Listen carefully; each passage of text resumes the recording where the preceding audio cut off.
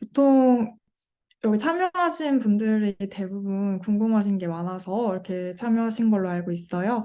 저희가 사전에 구글 폼으로 받은 질문들 먼저 하나씩 같이 보고, 그 다음에 추가로 질문을 주시는 부분에 있어서 자유롭게 질의응답 시간 가지고 마무리하도록 하겠습니다.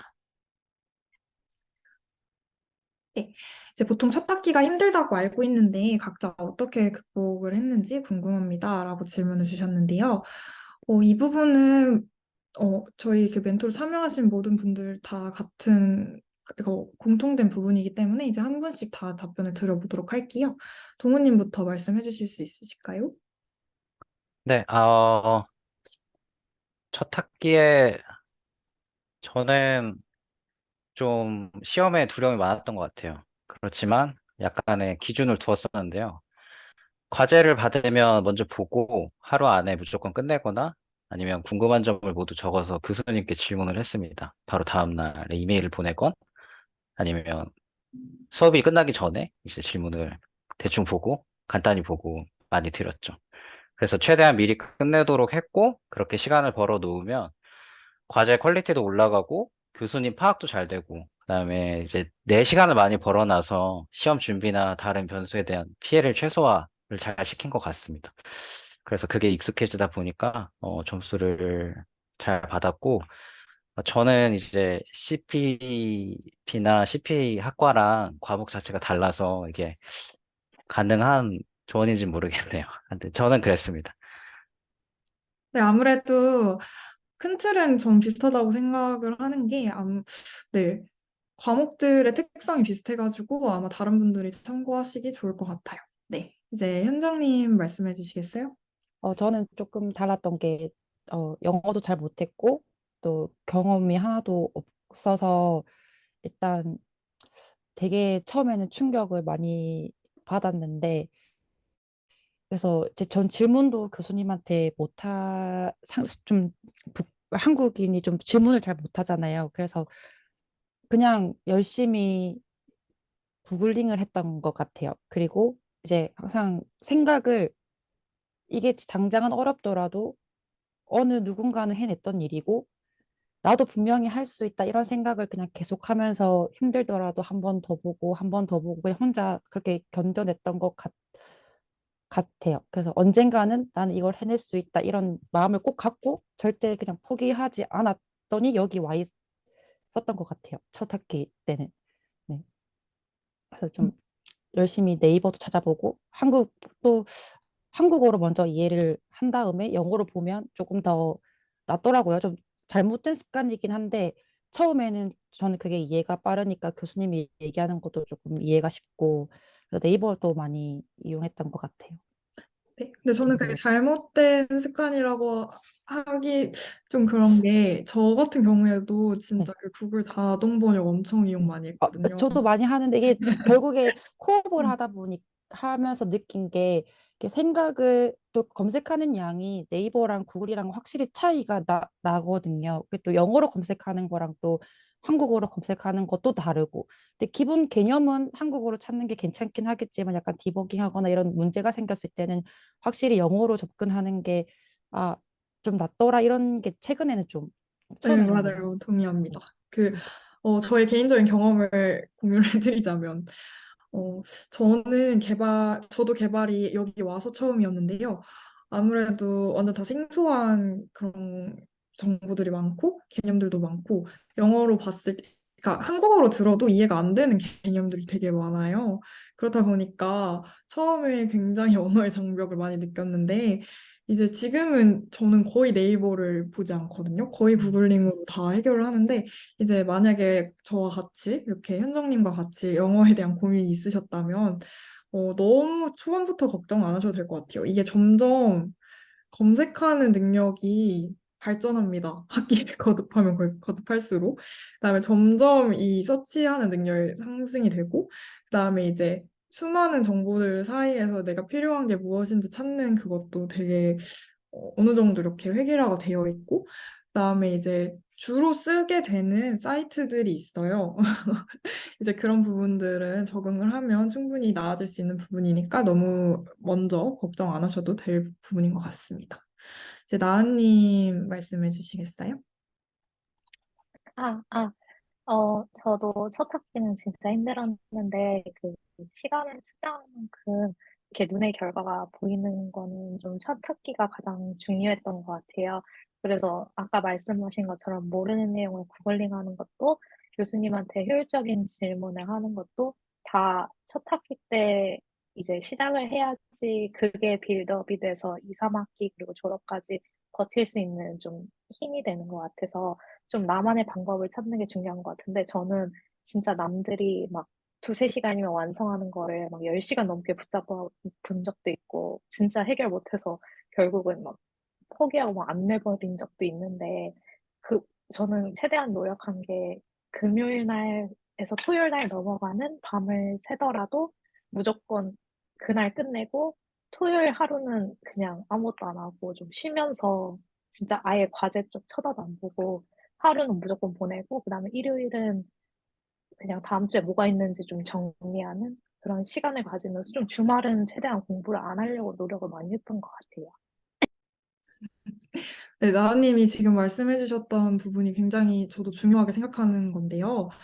저는 첫 학기 때 정말 그냥 엉덩이 오래 붙이고 앉아 있으면 다 되는 줄 알았어요. 근데 사실 그게 아니라는 거 여러분들도 하고 계신다면 이게 충분히 알고 이렇게 깨달으시는 게 있을 건데 코딩이라는 게 사실 오래 쳐다보고 있는다고 되는 게 아닐 때가 더 많더라고요. 제 개인적인 경험으로.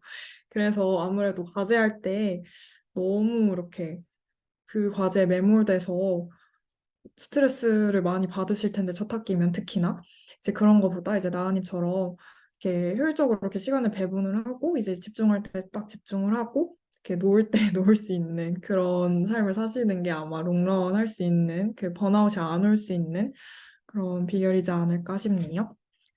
네, 이제 다음으로 넘어가 볼게요. 아,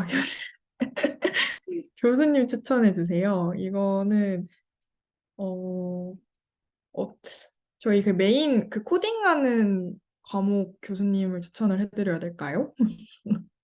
혹시 그 동훈님부터 좀 메인 과목이라고 할 수 있는 과목의 교수님 추천해 주실 수 있을까요?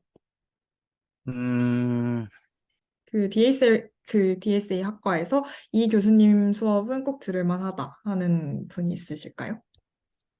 제 경험상 이게 DSA는 1, 2학년 담당 교수님과 3, 4학년 담당 교수님이 이제는 좀 나뉘었어요. 1, 2학년 담당 교수님 중에 이제 마리암 다우드라는 교수님이 계신데, 굉장히 잘 가르쳐 주십니다. 그래서, 어, 하나하나 되게 디테일하게 가르쳐 주시고, 이제 저 같은 경우는 파이썬 백그라운드가 조금은 있었어요.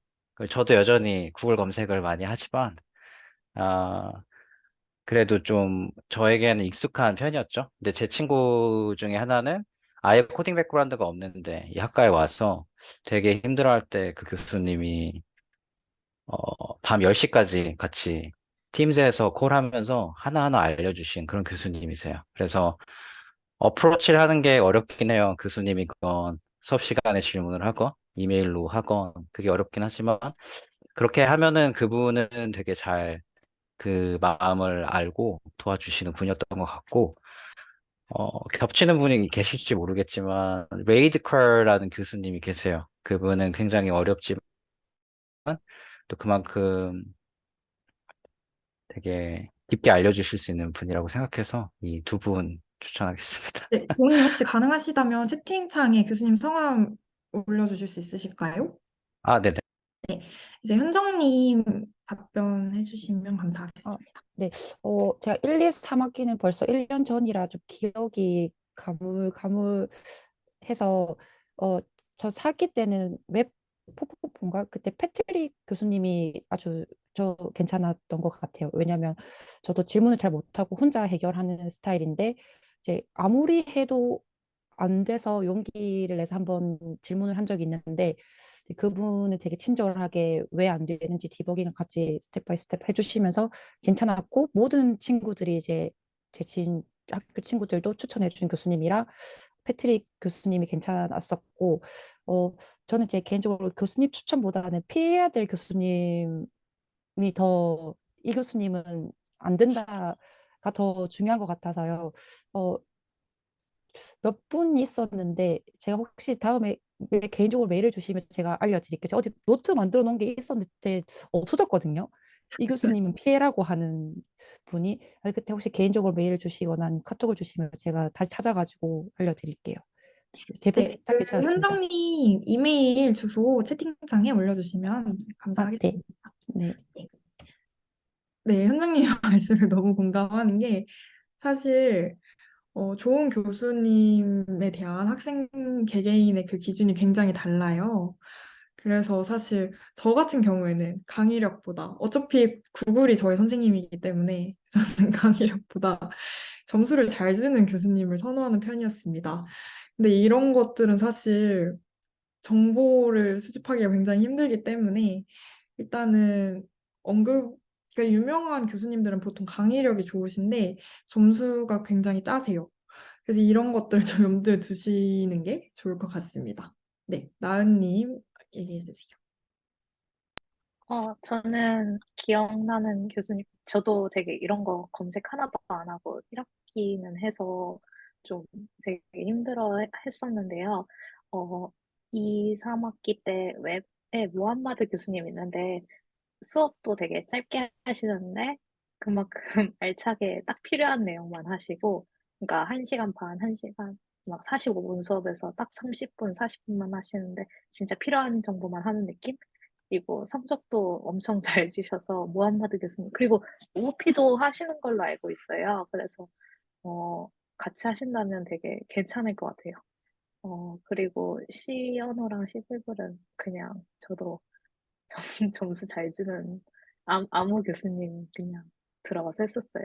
사실 정보가 많이 없어서 그냥 아무 교수님 했었습니다. 네, 이제 첫 학기 때는 다들 못 모르고 수강 신청을 하시는데 이제 점점 같이 듣는 친구들의 추천을 받거나 아니면 뭐 아름아름 들려오는 소문에 의해서 이제 교수님을 선택을 많이 하게 되는 것 같아요. 그나마 좀 사전에 체크를 하실 수 있는 그 사이트가 Rate My Professor이라고 알고 계시는 분들은 다 알고 계실 텐데 이마저도 정보가 그렇게 많지 않습니다. 근데 이제 정말 최악인 교수는 그래도 피해갈 수 있는 방법이지 않을까 싶네요.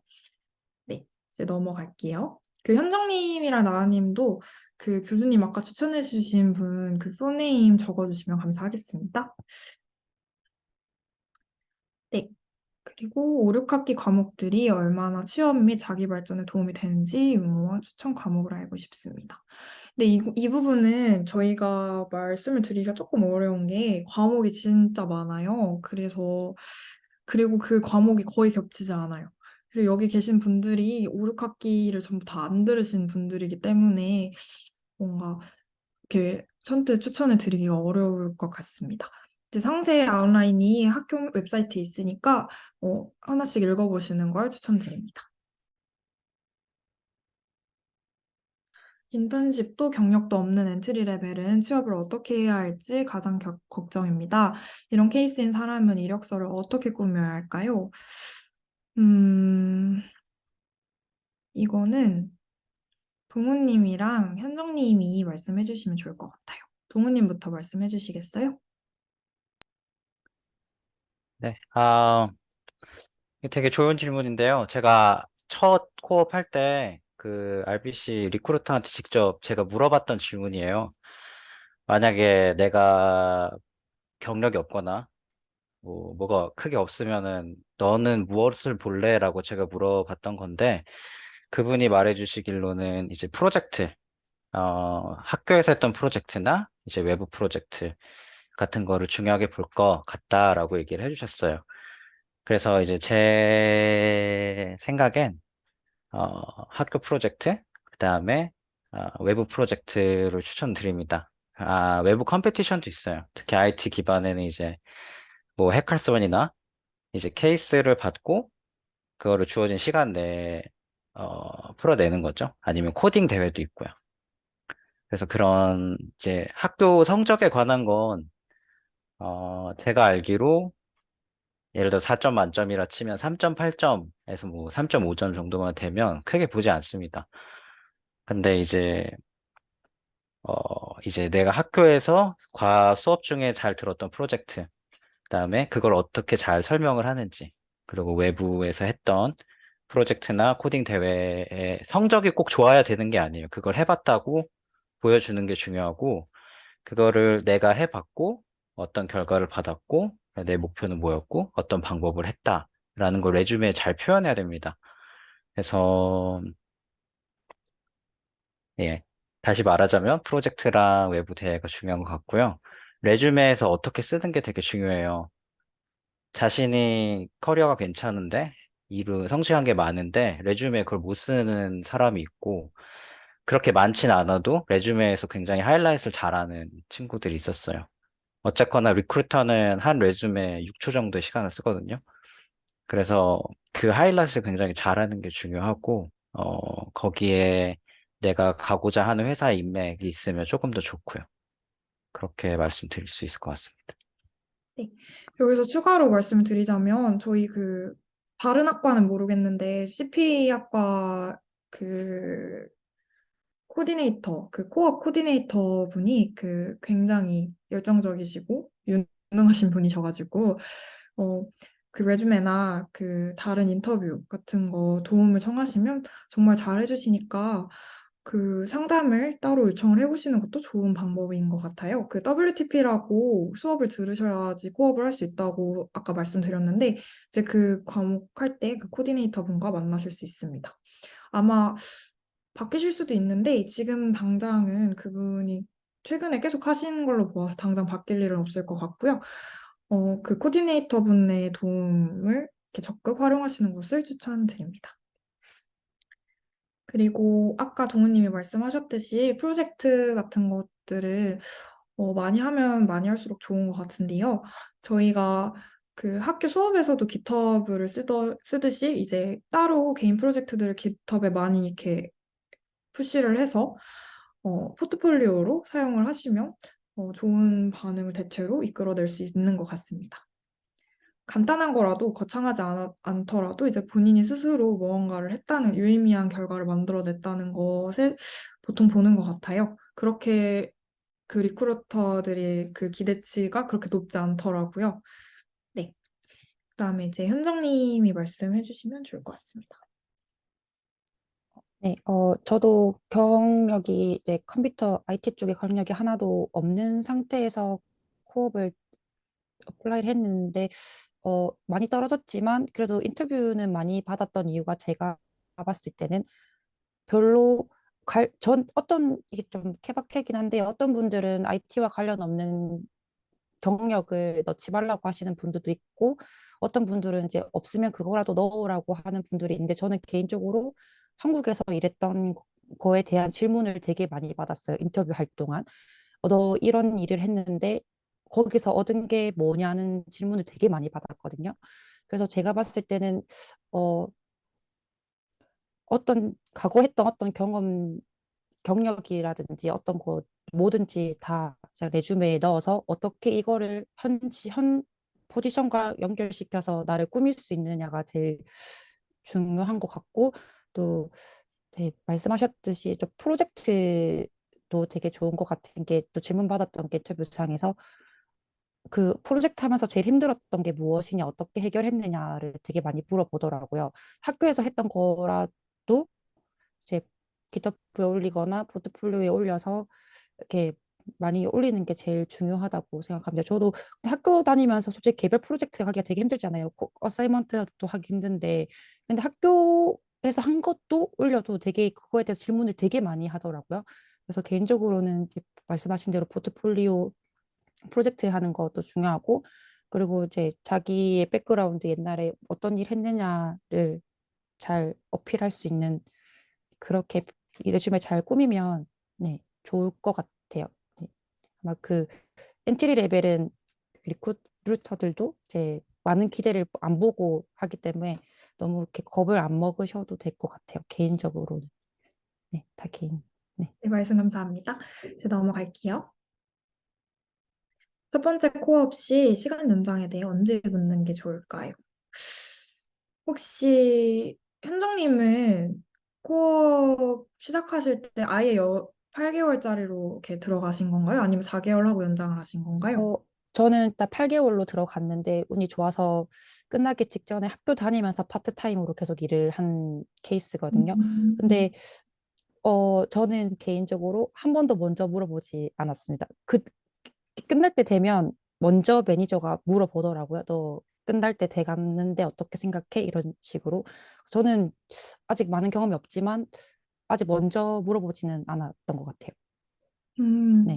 네, 나은님도 제가 알기로는 8개월짜리 한 번에 들어가신 걸로 알고 있는데, 맞죠? 네, 맞아요. 이거에 근데, 대해서 어떻게 생각하시나요? 근데 제 생각에는, 그분들도 결국 사람을 뽑는 거에 대한 시간도 따로 투자해야 되고, 레주메랑 커버레터 같은 거를 다 리뷰하는 시간을 결국은 따로 할애해서 그 시간을 만들어내야 되는데, 당연히 4개월 일했는데 괜찮은 사람이면 연장을 하기를 원할 것 같아요. 그런데 그 미드텀이랑 파이널을 한 번씩 하는데 8개월짜리 코업은 8개월 동안 미드텀 한 번이랑 파이널 어세스먼트도 한 번만 하면 된다고 하니까 한 미드텀이나 파이널 그 전에 한 3, 4월쯤, 그러니까 한 3, 4개월 지난 후에 물어보면 좋을 것 같아요. 물어본다면. 네, 여기서 궁금해하시는 분들이 있을 것 같은데, 방금 나은님이 말씀해주신 그 미드텀이랑 파이널은 그 코업 기간 중에도 있는데요. 이게 저희가 그냥 그 다른 그 수업을 듣고 미드텀을 보는 그런 거랑 조금 다른 개념인데, 이제 슈퍼바이저와의 미팅을 하는 걸로 알고 있어요. 맞나요?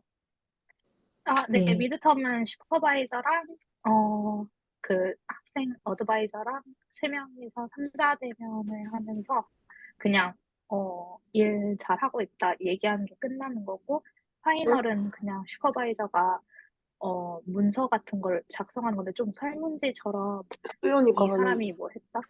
이런 걸 작성하는 그런 거예요. 그래서 따로 막 하는 건 없고 중간에 과제들도 그냥 중간에 과제들도 몇 개가 있긴 한데 한 달에 한 번씩 뭘 이번 학기엔 막 뭘 배웠다 하고 리플렉션 같은 거 쓰는 거 짧은 거 하나 있고 그다음에 좀 디스커션 보드에 질문 대답하는 거 몇 개 이렇게 학기 그 코업하면서 하고 있습니다. 네. 그리고 동훈님도 코업 그 얘기하실 게 있으실 것 같은데, 이 부분에 대해서 어떻게 생각하시는지 간단하게 얘기해 주시면 좋을 것 같아요. 음, 이제 보통 코업을 구할 때 그 디스크립션에 나와 있어요. 시간에 대해서. 그리고 경우에 따라 다른데 천천히 말을 해도 될 때가 있지만 회사에서 정해놓은 그 다음 코업을 뽑아야 되는 스케줄을 잡을 수 있거든요.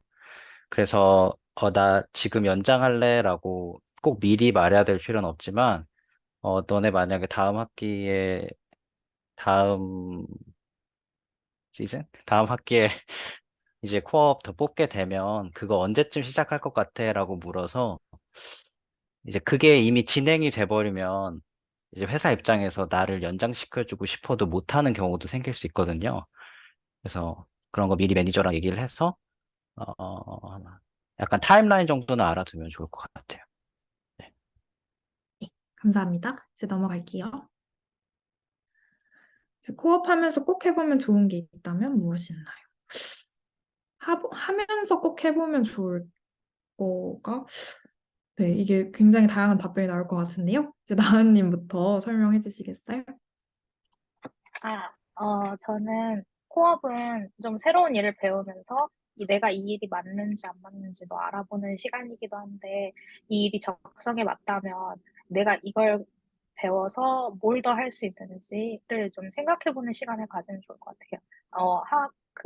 일하는 회사에서 프로그램 하나를 사용한다면 그 프로그램이랑 관련된 자격증 같은 게 있는지 좀 검색해보고 내가 이게 맞다면 근데 안 맞다고 해서 그게 아예 배울 게 없는 게 아니라 한국이랑은 다른 좀 회사의 시스템 같은 거랑 그다음에 이 회사에선 프로젝트를 어떤 방식으로 관리하고 사용하는지 그리고 회사의 차원에서 사이버 보안을 위해서 어떤 노력을 하는지 이런 것들을 배워서 항상 다른 뭐 나중에 취직할 때도 결국 인터뷰에서 써먹을 수 있는 것들이기 때문에 좀 안 맞더라도 배울 수 있는 것들을 그중에서 찾아보고 안 맞으면 그만큼 다른 시간을 더 투자해서 진짜 나한테 맞는 게 뭔지 찾아보는 시간을 갖는 게 좋을 것 같습니다. 네, 되게 좋은 포인트를 말씀해 주셨는데요. 제가 주위에서 많이 듣기로는 실질적으로 원하는 포지션에 들어가기가 생각보다 정말 어려운 일이에요. 그래서 일단은 취업이 됐으니까 가는 경우가 대부분인데, 그렇다 보니까 이제 좀 이상적인 그런 막연히 생각했을 때 내가 일하게 되는 모습과 좀 거리가 멀어질 수 있단 말이에요. 그래서 이제 이 포지션이 나에게 맞는 포지션인지, 내가 지금까지 생각했던 것과 거리가 그렇게 크게 멀지 않은 것인지 판단할 수 있는 그런 시간을 좀 가지셨으면 좋겠고, 그 다음에 이제 아까 나은님이 말씀하셨듯이 이제 더 나아가서 이걸 나중에 어떻게 써먹을지, 그리고 이 분야가 마음에 들지 않으면 이제 다른 분야로 어떻게 커리어를 이어나갈지에 대한 고민을 하시는 시간을 가지시면 좋을 것 같습니다. 네, 이제 그리고 현정님 말씀해 주시겠어요? 네, 저는 개인적으로 좀 힘들었던 게, 생각보다 학교에서 GitHub의 사용을 많이 안 하지만, 현업에서는 GitHub나 이 버전 컨트롤링을 되게 많이 쓰잖아요. 근데 그거를 되게 짧게 가르쳐 주고, 제 실제 업무를 가보니까 되게 힘들더라고요. 은근히 멀징하는 거나 푸시하는 거나 뭐 이렇게 체크아웃 하는 거나 이렇게 어려워서 저는 개인적으로 그냥 GitHub나 아니면 SVN 이런 버전 컨트롤링 하는 거에 대해서 따로 공부를 하면 되게 좋을 것 같고 또 생각보다 이제 이렇게 라이브러리 같은 사용하는 것도 좀 어렵더라고요. 저는 개인적으로 왜 다 다운받았는데 왜 안 되지 하면 라이브러리 문제고 약간 이런 학교에서 가르쳐 주지 않는 엑스트라 같은 거를 좀 공부하면 좋을 것 같고요. 또 개인적으로는 또 어, 복습하는 것도 좋은 것 같아요. 제가 일을 하다 보니까 학교에서 배운 게 정말 중요하더라고요. 그래서 제가 일하면서 느꼈던 게, 아, 내가 OP를 좀 더 공부를 열심히 할 걸 이런 후회를 진짜 많이 했고, 웹도 그렇고, 아마 이제 3학기 때 코업을 하러 나가실 것 같은데, 3학기 동안 배웠던 걸 한번 쭉 훑어보는 시간을 가지는 것도 되게 도움이 되는 것 같아요, 개인적으로. 네. 네, 감사합니다. 이제 통은님 말씀해 주세요. 네, 먼저 나은님이랑 현정님 조언 되게 공감하고요. 좀 다른 얘기를 해보자면 좀 여유가 된다면 좋은 멘토를 찾아보라. 커피챗을 많이 해라 추천드립니다. 그래서 음. 학교랑 회사는 되게 다른 환경이잖아요. 그래서 되게 특별한 시간이거든요. 안 좋은 상사를 만나면 뭐 안 좋은 매니저는 어떻구나 이렇게 배우면 되고 또 이제 학교에 있을 때보다 회사 안에 있을 때 그 회사 안에 있는 다른 동료, 다른 인턴, 다른 팀 사람들한테 접근하기가 되게 쉬워요. 같은 회사 안에 있기 때문이죠. 그래서 사회 초년생인데 뭐 커피챗 해도째라고 접근하고 커리어나 회사에 대해서 많이 배우는 그런 기회가 되게 좋습니다. 그래서 그 인연이 남고 그게 그 이후에 다시 직업을 구하거나 아니면 내가 지금 원하는 포지션이 아닌데 원하는 포지션으로 가게 될 때, 어, 네트워킹이 될 수 있습니다. 그래서 커피챗이 뭔지 모르시는 분들이 혹시 있을까 봐 설명을 드리면 그냥 프로페셔널한 미팅인데 좀 캐주얼한 거예요. 그래서 이제 커피숍 리퀘스트를 보내고 내가 뭐 너한테 무슨 질문이 있으니 혹시 시간 괜찮니? 라고 정중하게 물어봐서 하는 여기 문화에서 매우 익숙한 네트워킹 방법입니다. 그래서 저는 처음에 이거 연습할 때 교수님들 중에 이제 회사에서 경력이 많았는데 이제 세네카의 교수로 오신 분들한테 먼저 어필을 했고요. 그분들 당연히 먼저 아시니까 잘 받아주셨습니다.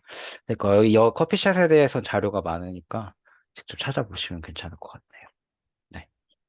동우님이 말씀하신 건 이제 결국 네트워킹의 중요성에 대해서 얘기를 하신 건데, 결국 정말 이게 여기 이 나라에서는 그게 정말 음, 처음이자 마지막 모든 일의 시작이자 끝이라고 해도 과언이 아닌 것 같아요. 이제 다른 분들도 하다못해 회사뿐만 아니라 학교 안에서 그 당장 옆에 있는 클래스메이트가 이제 나중에 그 인맥이 될 수 있으니 잘 지내보시는 것도 좋을 것 같습니다. 네, 이제 넘어갈까요? 하나만 코멘트 해도 될까요? 네, 네, 그 전제 조건이 있는데 코업 하실 때 이제 주어진 업무를 잘 하고 이 네트워킹을 하셔야 됩니다. 그래야 이게 효과가 있어요. 네. 네, 아주 중요한 말씀 감사합니다. 네, 이제 다음 질문으로 넘어갈게요. 네, 학기별 패스하기 위한 팁이나 주의사항이 있나요? 이거는 CPA 분이 질문을 하셨던 걸로 기억을 하니까 어, 현정님이랑 나은님이 답변을 해주시면 좋을 것 같아요.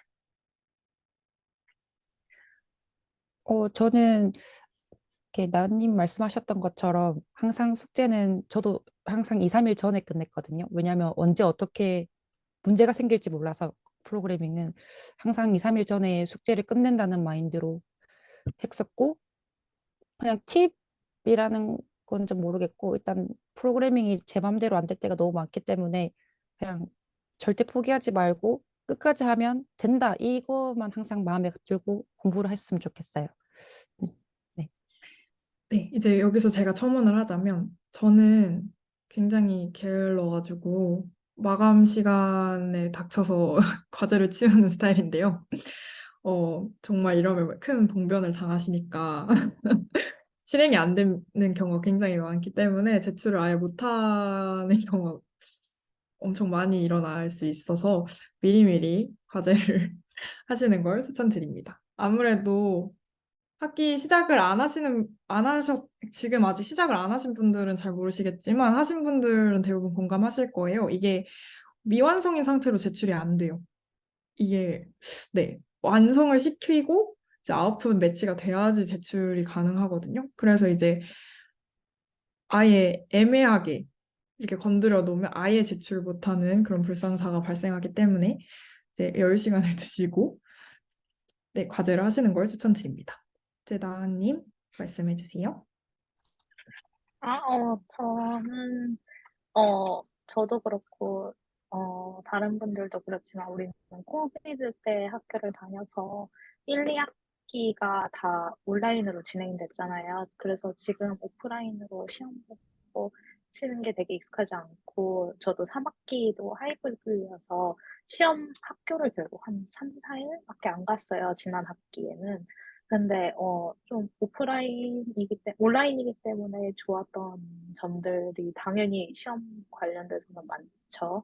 그래서 이런 부분은 조금 잘 맞진 않을 것 같은데 그래도 오프라인이어도 이게 다 안 배우고 어려운 거면 교수님이 안내해줬을 거라는 생각을 되게 많이 했어요. 그래서 뭐 당연히 정답이 있으니까 좋겠지라고 생각하면서 그냥 했던 것 같습니다.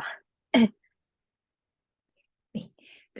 제가 지금 3학기 재학 중이고, 이제 저도 이제 학교에 가서 페이퍼 시험을 그러니까 얼마 전에 그 리딩 윅 전주에 이제 미드텀을 봤는데요. 이제 간단하게 저의 경험을 공유를 해드리자면, 저희가 코딩 과목인데 페이퍼로 시험을 봅니다, 보통. 이제 그러니까 펜을 들고 이제 종이에 적어서 코딩을 한다고 생각하시면 되는데, 이게 굉장히 말도 안 되죠, 사실. 근데 이제 그렇게 하게 되는데, 이제 그런 걸 따로 연습을 하시려면 이제 자동으로 완성되는 그런 거에 너무 이렇게 의존하지 마시고 이제 직접 적어서 연습을 해보시는 것도 좋을 것 같습니다. 네, 이제 넘어가 볼까요? 학기별 페일 없이 반드시 패스해야 하는 과목, 학점관리 팁 등이 궁금합니다. 페일 없이 반드시 패스해야 하는 과목은 아까 설명드린 모든 과목에 해당이 되고요. 거기서 단 하나라도 페일하시면 수료하지 못하십니다. 네. 그리고 학점 관리 팁, 저희 동훈님 학점 좋으실 것 같은데 혹시 공개하실 수 있으실까요? 저, 4.0은 안 되고요. 지금 3.8인가 그런데, 네, 괜찮아요. DSA 과목은 다 4.0입니다. 그러면 혹시 동훈님만의 학점 관리 팁 있으신가요? 저는 현정님의 조언에 그 코멘트를 인용하고 싶은데, 되게 열심히 하면 됩니다. 포기하지 않고, 어, 정말 그냥 될 때까지 하면 돼요. 미리 과제를 끝내고 시간을 벌 수 있으면 좋고요. 거기에 하나를 추가하자면 정말 어려운 거 알지만 교수님께 질문하는 게 정말 중요합니다. 왜냐하면 같은 과목에 같은 랭귀지에 같은 프레임워크를 쓴다 해도 교수님마다 원하시는 답이 다를 수 있어요. 조금씩. 어쨌거나 학교 과목은 교수님이 점수를 채점하는 그 과목이잖아요. 내가 드랍하는 게 아니면 무조건 패스를 해야 된단 말이에요. 그럴 때 있어서 교수님한테 질문을 많이 할수록 내가 알고 있는 걸 질문해도 돼요. 그거는 내가 알고 있는 걸 질문하는 건 내 심리적으로도 질문하기 쉽고 그렇게 뻔한 질문을 하더라도 내가 생각한 이 답이 이 교수님의 관점에서 맞는 답인가라는 것도 확인할 수 있거든요. 그래서 저는 그냥 철판을 깔고 수업 시간에도 많이 손들고 물어보고 너무 많으면 이메일로 미팅을 해서 물어보기도 했어요. 이게 한 과목당 교수님이 그 과목의 학생들한테 할애하는 시간이 무조건 2시간은 내야 돼요. 그게 세네카 규정이거든요. 그러니까 그 시간을 다 제 것으로 만들었어요. 근데 그렇게까지는 하지 않으시더라도 이메일로 물어보는 거라도 시작을 하셔서 그 교수님을 파악하고 내가 생각하는 답이 맞는 답인가? 이 교수님이 채점을 할 때. 그다음 아니면 내가 모르는 것에 있어서 답을 얻을 수 있고 이러니까 그냥 열심히 하시고 질문 많이 하시면 되지 않을까 싶습니다. 네. 그리고 이제 현정님도 성적 좋으신 걸로 알고 있는데 혹시 뭐 학점 관리 팁이 있으실까요? 어, 저는 그냥 그냥 원래 약간 학점에 목숨을 걸었던 사람이었던 것 같아요. 제가 한국에서 학교 다닐 때부터. 근데 그래도 여기서 어떻게 했냐고 하면 그냥 하라는 거 하고 숙제해야 되는 거 무조건 내야 된다는 그 강박관념 때문에 이제 잘 나왔던 것 같은데 그냥 말씀대로 그냥 무조건 해낸다라는 난 이거 안 하면 끝난다 이런 생각으로 계속 하니까 점수는 따라왔던 것 같아요. 그냥 음, 네, 그냥 무조건 한다 이런 네. 네, 이제 저같이 요행을 바라는 학생의 입장에서 얘기를 하면 저는 친구들의 도움을 많이 받았습니다, 여러분. 여러분 친구들을 사귀세요. 서로 공유하는 정보 자료들이나 뭐 막혔을 때 서로에게 피드백을 주기도 하고요. 그럼 생각보다 많은 문제들이 수월하게 풀리기도 하고요. 이제 다른 섹션 교수님, 아까 동훈님 말씀대로 교수님들마다 스타일이 되게 다르세요. 가르치는 스타일도 되게 다르시고, 어, 솔루션을 풀어주시는 범위도 되게 다르신 것 같아요. 뭐 어떤 교수님 그 완전 불친절하게 알려주시기도 하고 어떤 교수님은 아예 떠먹여 주시기도 합니다. 이제 각기 다른 교수님의 수업을 듣는 학생들끼리 모이면 약간 시너지가 나는 것 같더라고요. 서로에게 피드백을 주고 이 수업 야, 나는 수업에서 이런 부분을 배웠는데 이제 너는 이런 부분을 들었냐 이러면서 정보 교환도 가능하고요. 이제 학기를 거듭하면 할수록 취업 정보도 공유 많이 하고 이제 과제도 막히는 거 있을 때 서로 도움을 주는 경우가 많았어요. 그래서 이제 친구들을 사귀십시오. 네, 이제 이것이 저의 팁이었고요. 네, 넘어가 볼까요? 코업 구할 때 고려해야 할 사항이 있다면 무엇이 있나요? 이거는 그냥 세 분 다 말씀해 주실 수 있을 것 같은데요. 나은님 먼저 말씀해 주시겠어요? 무엇보다 내가 지원한다고 다 인터뷰 요청이 오는 게 아니라는 걸 먼저 말씀드리고 싶고요.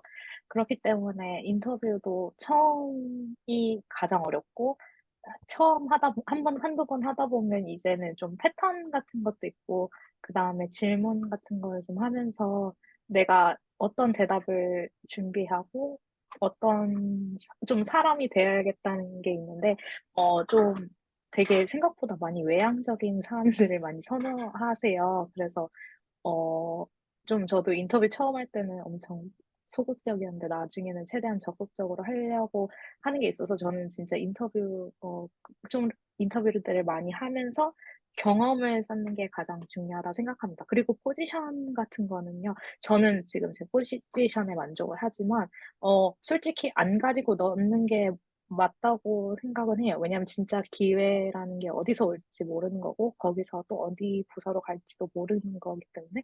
근데 솔직히 저도 제가 안 가고 싶은 포지션을 안 나는 사람이긴 한데, 어, 그냥, 그래도 다 넣으라고 말씀드리고 싶어요. 그래야지 경험이라도 쌓는다는 생각입니다. 네. 근데 생각보다 그 코업을 정말 포기하고 있을 때 오퍼를 받는 분들이 많더라고요. 예를 들면 다음 학기 그냥 계속 다녀야겠다라고 생각하시다가 이제 학기 시작하기 일주일 전에 연락을 받는다든지 이렇게 되게 막판에 연락을 받는 경우도 많다고 알고 있어요. 그래서 이제 음, 너무 이렇게 기대를 많이 가지고 스트레스를 많이 가지고 이러실 필요는 없을 것 같고요. 현정님 다음 말씀해 주시겠어요?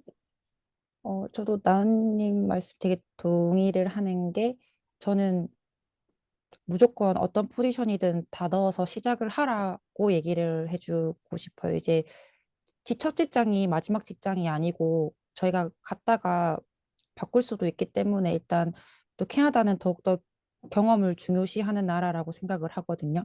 그래서 지금 당장은 만족이 안 되더라도 일단 그 인더스트리에 들어가서 발을 들여놔야 다음 게 보이고 다음 기회가 보이고 다음 기회가 보인다고 생각을 하기 때문에 다, 지금 이 포지션이 내 마음에 100%안 들더라도 일단 지원을 해서 이 회사를 한번 살펴보는 것도 좀 되게 소중한 경험이라고 생각을 해서 저는 좀 일단 관련이 조금이라도 있다고 생각이 되거나 좀 다른 언어를 쓴다고 해서 피하지 말고 일단 시작을 해보는 게 무조건 다 올인하라라고 저는 얘기를 해주고 싶네요. 그리고 음, 말씀하셨듯이 저도 되게 늦게 받은 경우고 또 제가 사학기 다니면서 알던 친구가 두 명이 있는데 그 친구들도 거의 반포기 상태였다가 이제 저는 학교를 졸업을 했는데 링크드인 들어가 봤더니 코업을 구했더라고요.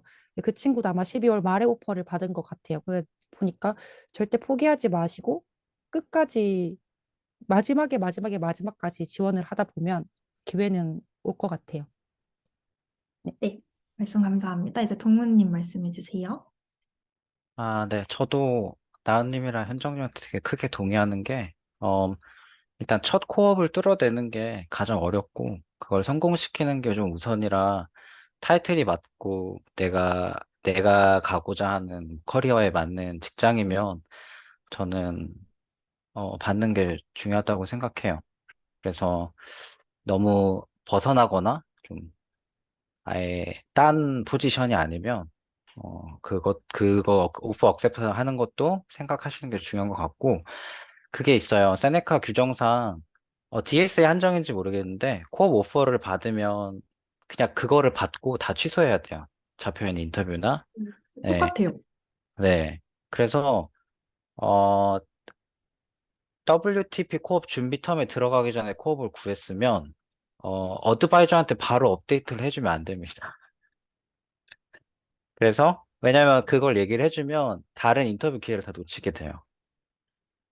그래서 오퍼를 받았는데 억셉트를 했는데 거절을 하는 건 좀 아닐 수 있지만 오퍼를 내가 인터뷰를 여러 개 봐보고 싶다 이러면 미리 얘기하실 필요는 없습니다. 근데 WTP 코업 텀으로 들어가시면 그 시스템 안에서 하시기 때문에 그냥 받아들이셔야 돼요. 예. 그리고 제 개인적인 생각으로 저는 조금 케이스가 다른 게 저는 처음 지원해서 처음 인터뷰 봐서 RBC 코업을 받았습니다. 그래서 근데 이게 WTP는 저는 좀 되게 타이트하다고 생각해요. 왜냐하면 타임라인이 WTP를 하고 그게 있고 바로 다음 코업이거든요, 저희는. 근데 코업 준비가 안 돼 있는 사람이 코업 과정을 들으면서 이 과정 안에서 인터뷰도 같이 치러야 되거든요. 그래서 미리 준비가 잘 돼 있는 사람이면 상관이 없겠지만 그게 아니면은 사실 직전 4개월 전부터 준비를 하는 게 되게 스트레스고 불리합니다. 그래서 저는 코업 구직을 1년에서 8개월 전부터 이렇게 천천히 시작하시는 걸 추천드리고 세네카 월스나 잡 마켓이 있지만 뭐 인디드도 있고요. 회사 자기가 가고 싶은 회사 그냥 커리어 웹사이트 보면은 그런 데도 미리 올라와요. RBC도 보통 1년 전 이렇게 올라와서 가장 먼저 지원을 했는데 그게 됐었고 그래서 그렇게 미리 해봐야 좀 실패를 하더라도 내가 여유롭게 피드백을 하면서 좀 준비를 할 수 있었던 것 같아요. 그래서 제 개인적인 경험에서 그렇습니다. 감사합니다. 이런 경험. 저도, 저도 다음 학기 코업을 구해야 하는 입장에서 네, 도움이 많이 되었습니다. 이제 다음 질문으로 넘어갈게요.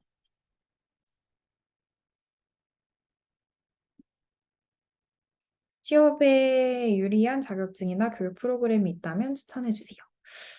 이거는 나은님이 얘기해 주시겠어요? 이거는 프로그램, 교육 프로그램 알고 계신 거 많이 있는 것 같은데. 저는 모르겠는데 자격증은 저는 지금 제가 일하는 데서 파워 BI를 쓰고 있어서 좀 마이크로소프트 그쪽으로 보고 있고요. 근데 이런 거는 내가 그 코업을 하든 아니면 뭘 하는 상태에서 더 발전시키기 위해서 그때 알아봐도 늦지 않다고 생각하고요. 교육 프로그램 좀 온라인에서 프로젝트를 진행할 수 있는 사이트들이 되게 많아요. 그래서 그런 것들 저도 이제 최근에 하나 시작하긴 했는데 유료긴 한데 그만큼 돈 값어치가 있다고 생각하면 결제할 만한 것 같아요. 제가 하고 있는 거 그냥 댓글 여기 밑에 챗으로 남길게요. 네, 감사합니다. 혹시 현정님도 뭐 자격증이나 교육 프로그램 추천하실 게 있으실까요?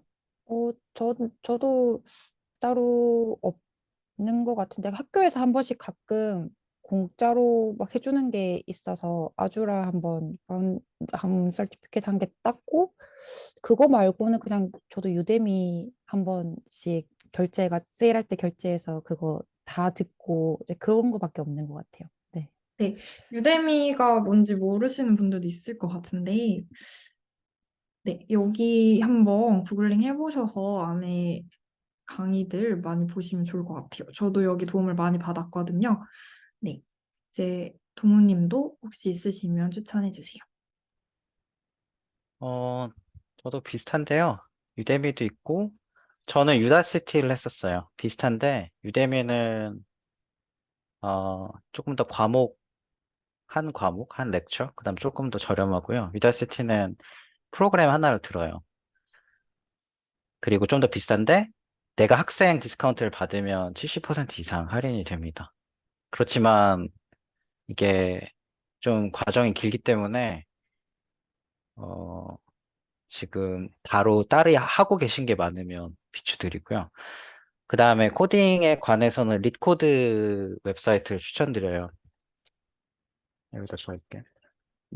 이 웹사이트가 코딩 연습하고 코딩 대회에 있는 웹사이트인데요. 저기에서 인터뷰 질문을 많이 물어봅니다.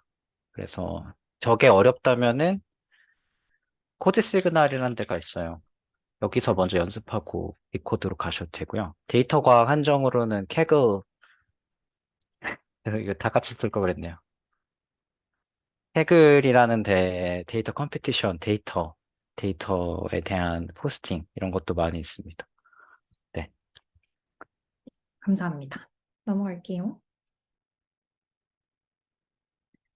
학교 수업에 도움된 온라인 강의 추천해 주세요. 이거는 아까 말씀드린 그거랑 약간 일맥상통하는 질문인 것 같으니까 넘어갈게요. 코업하는 게 취직에 더 유리할까요? 비용, 시간적인 문제로 CPP를 고려 중이나 근무 경험 없이 취직이 많이 어려울까 걱정됩니다. 이 부분은 현정님이 하실 말씀이 많으실 것 같아요. 주위에 아마 케이스들이 많은 걸로 알고 있습니다. 네, 한번 말씀해 주시겠어요? 어, 저는 어, 큰 비용 문제나 제가 봤을 때 시간적 문제는 고려 대상이 아니고, 만약 비용 때문에 고려를 한다면, 저는 그거에 대해서 모르겠지만, 시간 때문에 CPA를 안 한다는 건 그거는 절대 반대고요. 일단 저는 100% 코업이 취직하는데 유리하다고 말하고 싶습니다. 그리고 하면 기회가 더 많고, 네. 그래서 일단 코업을 무조건 해, 시도해야 한다라는 게 제 의견. 100% 해야 한다입니다. 네. 무조건. 저도 동의합니다. 사실 저는 아직 경험이 없긴 하지만 주위에 정말 많은 케이스들을 보았고 결국에 전 CPA로 입학을 하긴 했으나 CPP로 전과를 했어요. 저는 빨리 졸업을 하고 정규직으로 빨리 입사를 하겠다라는 포부를 안고 전과를 했으나 많은 분들이 말리셔가지고 다시 CPA로 돌아왔습니다. 네. 한번 CPP이신 분들도 네, 고려를 해보시는 게 좋을 듯 합니다. 근데 이제 3학기 들어가기 전인가? 아마 그 코디네이터들이 아마 전체 이메일을 돌릴 거예요. 코업을 하려면 CPA로 전과를 해야 되는데 관심이 있는 사람들은 뭐 언제까지 빨리 전과 신청을 해라. 라는 이메일을 돌렸던 걸로 기억을 합니다. 네, 이 부분 이제 데드라인 놓치지 마시고 한번 잘 고려해 보시기 바랍니다. 네, 넘어갈까요? 코딩 경력이 없는데 괜찮을까요? 이 부분은 네, 제가 먼저 말씀을 드리면 저는 원래 한국에서 상경 계열이었습니다. 저 원래 경제학과 전공이었는데 여기 와서 진짜 코딩을 처음 해봤어요. 아무래도 상경 계열은 통계 쪽 수업을 듣다 보면 R 정도는 했었던 걸로 기억을 하거든요. 근데 이제 그거랑 이제 C 언어랑 좀 엄청 괴리가 크기 때문에 C 언어 갑자기 하면 굉장히 놀라실 텐데 어, 다른 분들도 마찬가지시겠지만 하다 보면 되더라고요. 그냥 뭔가 안 되는데 밑 빠진 독에 물 붓는 심정으로 계속 하면 그래도 뭐라도 남아있게 되는 여러분을 발견하실 겁니다. 네, 이제 다른 분들 혹시 얘기하실 게 있으신가요? 저도 말씀드리자면, 저는 또 무조건 괜찮다고 말씀을 드리고 싶은 게, 저도 한국에서 대학을 공대 쪽을 나오긴 했지만, 코딩이랑 완전 관련이 없는 데였고, 또 제가 세넥 가기 전에는 컴파일러가 뭔지도 모르는 상태였거든요. 그 책을 한 권 샀는데 제일 처음 나온 단어가 뭐 컴파일러 막 이러는데 도대체 이게 뭔가 네이버에 검색할 정도로 완전 무지했었지만, 그래도 이제 학교 커리큘럼 잘 따라가다 보면 어느 정도 이해하고 있는 본인을 발견하게 되실 거고, 근데 그 공부를 하다가 만약에 제 적성에 안 맞다라고 하면 그건 또 다른 얘기인 것 같아요. 근데 괜찮다면, 내가 코딩하는 게 좋고 막 이런 오래 앉아 있는 것도 괜찮고 하면, 제가 봤을 때는 경력은 아무 문제가 되지 않는다라고 생각합니다. 네, 감사합니다. 넘어갈게요. 네, 이거는 동훈님한테 온 질문인데요. 비즈니스와 코딩을 다 잘해야 하는데 어디에 비중을 둬야 할까요? 네, 둘 다 잘하는 게 베스트이긴 하지만, 그리고 시간이 충분하기 때문에 잘 배울 수 있습니다. 자신감을 가지시기 바랍니다. 근데 만약에 내가 한쪽에 너무 재능이 없다. 하루에 뭐 10시간씩 공부를 해도 안 된다 하면, 아까 제가 설명을 했는데, 그 데이터 과학이 가질 수 있는 직업이 되게 다양해요.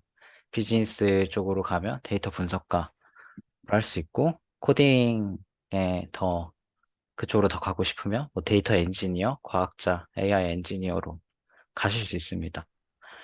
그래서 뭐 데이터 분석가라면 비즈니스 분석가랑 다를 게 없냐 하실 수 있는데, 그게 맞는 말이기도 하지만, 분석가로서 데이터를 얼마나 다룰 줄 아냐? 그다음에 데이터 과학의 프로젝트의 파이프라인을 얼마나 이해하고 있냐가 되게 큰 경쟁력입니다. 그래서 제가 RBC에 코업할 때 그 캐피털 마켓 고객 디지털 경험 부서의 헤드, 되게 높으신 분이죠. 그분이 이제 비즈니스 쪽이신데 해준 말씀이 계신데, 요새 비즈니스 분석가가 코딩을 좀 안다, 뭐 다룬다, 아니면 그쪽에 이해도가 있다 그래서 팀원들이랑 소통이 된다. 이 자체가 되게 큰 경쟁력이라고 하셨습니다. 또 반대로 내가 코딩을 잘하는데 약간 비즈니스 능력도 있으면 그게 되게 좋은 능력이죠. 네. 그래서 비즈니스와 코딩을 다 잘해야 되는데 만약에 한쪽이 좀 관심이 없는데 꼭 해야겠다 싶으시면 관심이 있는 쪽에 비중을 두셔서 전문화를 하시면 됩니다. 코업을 지원할 때도 데이터 분석가, 뭐 아니면 데이터 사이언티스트 이렇게 나눠서 지원을 하시면 되고 그렇게 준비를 해 나가시면 됩니다. 이게 상대적으로 긴 프로그램이라 어, 미리 준비를 하시면 충분히 괜찮습니다. 네. 네, 감사합니다. 아마 이게 마지막 질문인가요? 한번 넘겨주시겠어요? 네, 마지막 질문이네요. 여기 지금까지 나온 질문 말고 추가로 질문 있으신 분들은 채팅창에 지금 쳐주시겠어요? 제일 첫 번째로 이제 아이폰님이 질문을 주셨는데, 안녕하세요. CPP 3학기 재학생입니다. 사정상 후업은 못할 것 같고 한국에서 IT 관련 경험도 없는 상태입니다. 저처럼 코업도 인더스트리 익스피리언스도 없는 사람은 레주메를 어떻게 빌드업해야 할까요? 캐나다에서 취업 준비를 해본 적이 없어서 정말 막막한 상태입니다. 또 혹시 백엔드 지원자로서 개인적으로 준비하길 추천하는 포트폴리오가 있을까요? 라고 질문을 주셨네요. 음, 이거는 백엔드 관련해서는 나은님이 말씀해 주시고 그 레주메 작성 관련해서는 현정님이 간단하게 말씀해 주시겠어요? 어, 백엔드를 저는 자바로 따로 공부를 했었는데요. 학교에서만 공부를 하신 분이라면 C++ 밖에 모르실 거예요. 근데 인디드 들어가서 C++로 백엔드 개발 이런 거, 뭐 백엔드 이런 거 검색해 보면 결과가 많지는 않을 거예요. 근데 뭐 그래서 저는 무조건 코업을 통해서 자기가 좀 언어를 늘리는 게 가장 중요하다고 생각하긴 하는데, 백엔드를 하신다면, 주니어 레벨에서 하면 조금 더, 프로젝트 같은 거를 더 많이 하시는 걸 추천드려요. 일단, 왜냐면 학교에서 한 것만으로는 나 백엔드에서 뭐 할 수 있어라고 증명할 수 있는 게 많이 없기 때문에, 어, 최대한 그런 유데미나 아니면 제가 아까 공유드린 사이트 그런 데서 진행하는 프로젝트 같은 거를 그냥 완성하고 깃허브에 푸시해서 이력서에 넣는 걸 추천드립니다. 네, 이제 현정님 말씀해 주세요. 네, 이것도 나은님 말씀하신 거랑 비슷한 것 같은데 그냥 프로젝트 학교에서 한 거라도 저도 별로 많이 없었거든요. 학교에서 한 거라도 프로젝트나 뭐 이런 거 포트폴리오 꾸미는 게 좋은 것 같고 또 학교에서 한 번씩 뭐 이벤트 같은 해커톤 열린다고 메일이 와요. 그런 거 보면서 내가 참여할 수 있는 걸 한번 해보는 것도 좋은 것 같은 게 제가 저는 학교 이메일 체크를 되게 성실히 하는 스타일이었는데 그 벨에서 매년 해커톤을 하거든요. 근데 그게 메일이 날라와서 친구랑 같이 가면 또 프로젝트 하나가 생기고 이제 같이 또 협업하면서 또 새로운 걸 경험하게 되면 또 그게 레주메에 들어가게 돼서 또 나를 설명할 수 있는 좋은 경험이 되는 것 같아서 학교에서 뭐 해커톤 참여나 개인적인 프로젝트나 이런 걸로 많이 네, 내가 이런 걸 많이 해봤다라는 걸 보여주는 게 중요한 것 같아요. 그래도 제가 이거 딴 얘기인데 학교에서 제가 알기로는 CPA 학생이시면 네덜란드 교환 학생이 있는 걸로 알고 있거든요. 제가 그거를 가려고 했다가 다 승인까지 받았는데 제가 코업 이게 회사를 풀타임 오퍼를 받아서 안 갔지만 뭐지 그런 여러 가지 기회들이 학교에서 제공을 많이 하니까 학교를 많이 이용해 보는 것도 되게 좋은 것 같아요. 네. 네, 지금 제가 받은 가장 최근 이메일 중에서 게임 디자인, 스위스에서 공부하는 게임 디자인 있고 네덜란드에서 AI 배 공부하는 과정이 있었어요. 이거 교환학생으로 가는 건데요. 학교에서 어드밴스드 과목 학점 인정이 되는 걸로 알고 있어요. 관심 있으신 분들은 그걸로 추가로 이제 고려를 해보시는 것도 좋을 것 같습니다. 네, 그런 뭐 혜택이라면 혜택에 대한 그런 정보들은 어드바이저들이 단체 이메일을 뿌리니까요. 그 이메일 확인 자주 해주시면 좋을 것 같아요. 네. 이제 자신만의 인터뷰 노하우나 스킬, 그리고 인터뷰하실 때 아쉬웠던 부분이 있으시면 공유 부탁드립니다. 동훈님 혹시 어, 공유해 주실 경험 있으신가요? 음, 몇 개 나눌 수 있을 것 같은데요. 먼저 질문을 많이 해야 돼. 제가 코어 인터뷰를 볼 때 2시간 인터뷰를 봤어요. 그래서 1시간은 테크니컬 인터뷰, 1시간은 그룹 인터뷰를 봤는데, 그냥 그때 제가 느꼈던 거, 잘했던 거를 쉐어를 할게요. 테크니컬 인터뷰를 하면 처음에 내가 아는 지식에 대해서 나올 수도 있는데, 처음에 되게 많이 긴장을 해요. 그래서 머리가 하얘질 수 있는데, 그러면은 하나하나씩 적으면서 인터뷰어한테도 질문을 하는 게 중요합니다. 왜냐면 이게 저는 처음에 되게 긴장을 많이 하고 인터뷰어들이 좀 무서웠었는데, 그 사람들도 마찬가지로 가장 자기들이 뽑고 싶은 적합한 사람을 알아내기 위해서 최대한 많이 대상자들을 알아가려고 노력을 하거든요. 그래서 그게 어렵지만 뭐 물어보면은 이렇게 도와줍니다.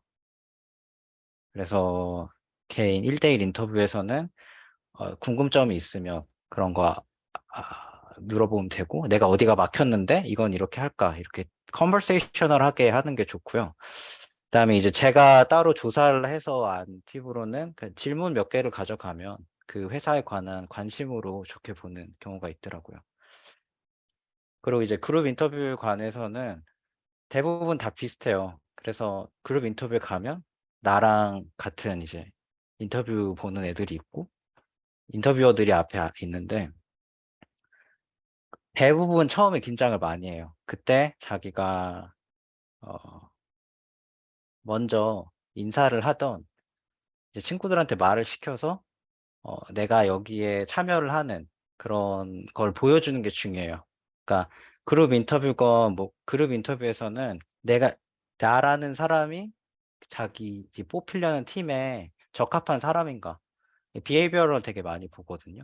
인성이나 어떤 팀워크, 이 사람의 스타일 이런 걸 많이 보기 때문에 그 결과가 중요한 게 아니라 그 안에서 어떻게 대화를 하고 이 사람의 인성이 어떻고 어떻게 발표를 하는지 이런 걸 좀 더 중요하게 보더라고요. 그래서 그런 게 중요한 것 같습니다. 네. 현정님도 공유해 주실 내용이 있으실까요? 어, 저는 그냥 최대한 제 경험이나 실제로 있었던 일들을 이제 구체적으로 물어보더라고요. 하나 예를 들어서 설명해 줄래? 약간 이런 식으로. 제 그런 거에 대한 준비를 좀 미리미리 해서 대답을 잘하는 게 좋은 것 같아요. 항상 물어보는 게 되게 구체적으로 어떨 때 어떻게 이 문제를 어떻게 해결했니라고 물어봐서 그게 당장 가면 기억이 잘 안 나더라고요. 인터뷰 딱 그 상태에서는. 그래서 항상 제 예시나 뭐 이런 것들을 미리미리 준비했던 기억이 납니다. 음, 네. 네, 감사합니다. 또 추가로 질문 있으시면 채팅창에 올려주세요. 없으신가요? 네, 그러면 이제 네, 아닙니다. 네. 네, 마무리해도 괜찮을 것 같은데요. 저희 여기 앞에 보시는 그 QR코드는 저희 SNS로 바로 링크되는 QR코드예요. 지금 대부분의 분들이 뭐 네이버 카페나 인스타그램 통해서 지금 이 세미나에 참여하셨을 것으로 예상이 되는데요. 네, 저희가 다른 것도 운영을 하고 있으니까, 그리고 인스타그램에 DM 하시면 지금 여기 계시는 다정님이랑 그 조이님, 그리고 저와 이렇게 직접적으로 연결이 가능하니까, 이메일이 좀 불편하시면 편하게 DM 주셔도 괜찮습니다.